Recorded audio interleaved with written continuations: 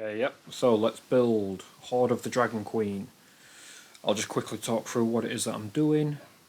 I'm not focusing too much on how I did that. That's been explained in other videos. Check out my Roll20 Basics series for that. Okay, so I've started with getting the PDF open. The link is there on screen, and I'll also put a link in the video. And what I'm doing here is I'm not reading through it entirely. I'm just reading through the first episode to pick up the general theme of what's going on, and I'll refer back to it later.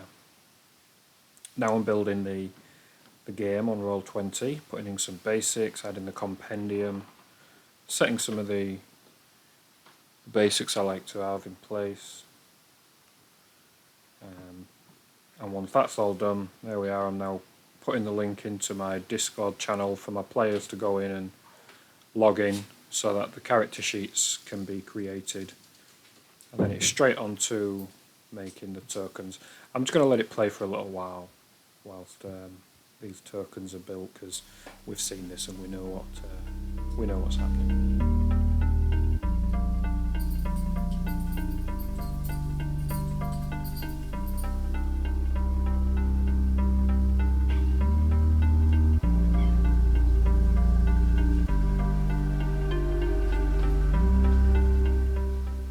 So the ambush drake is not available in the compendium, so I've had to build that from scratch. So I'm going through and I've just got the two screens up, one for Roll20, one for the PDF, so that I can just copy from one to another. You could just copy and paste, but I personally find it a lot less confusing and just easier to type it out, and I do type quite fast, so it doesn't take me too long. I think maybe 5 minutes to build the whole character, which isn't so bad.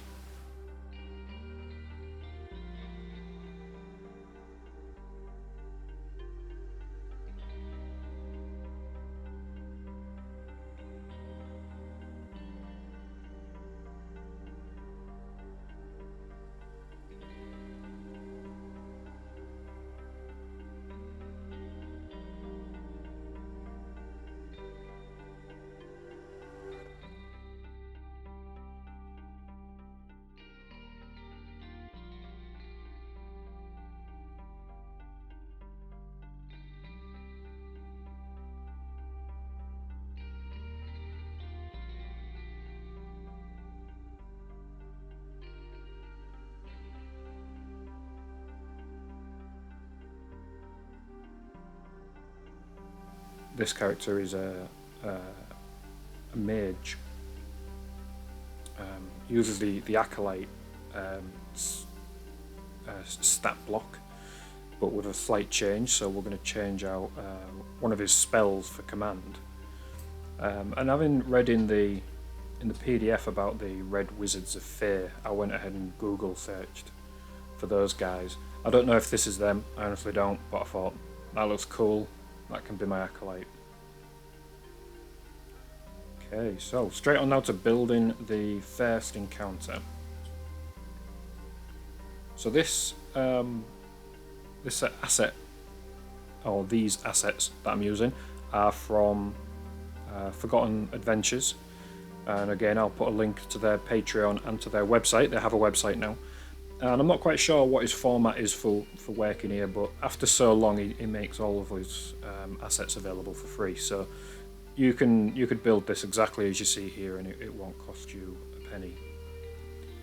However, I think he's awesome, and I'd love to see more work come out there. He's been regularly kicking out, I think, 3 or 2 a month, so my Patreon dollars are going to great use, I think, and I think anybody that can should definitely kick him a few bucks so we can keep going.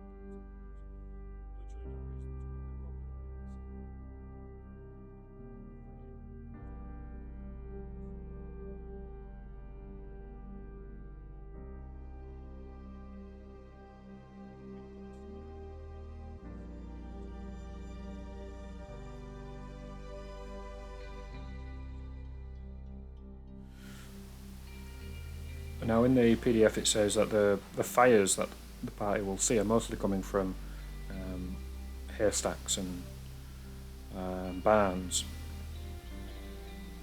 Well, I decided that the way that I would visualise this, because it's dark, is I wanted to have some random fires here and there, so I've put them crates in, and in a little while I'll put some more in just up here, and then we'll set those on fire, and then the actual flame image we will give a dynamic lighting effect, which just happened there because it literally takes 2 seconds. So when it's sped up 1,000 times, it's over in barely chance to see it.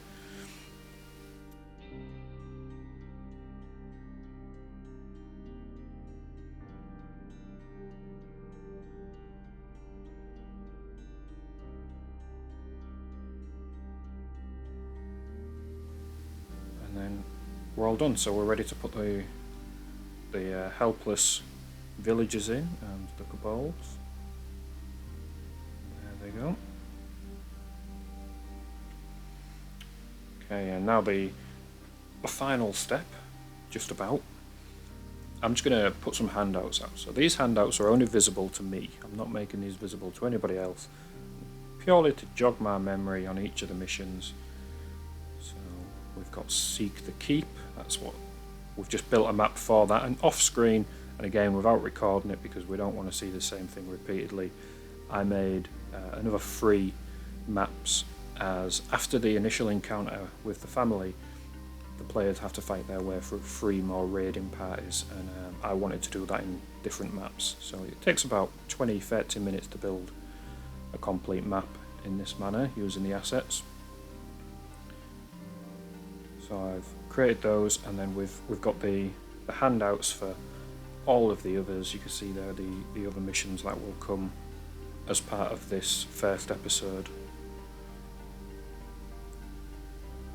And that's about it. I have a quick tidy up afterwards, moving around a little bit.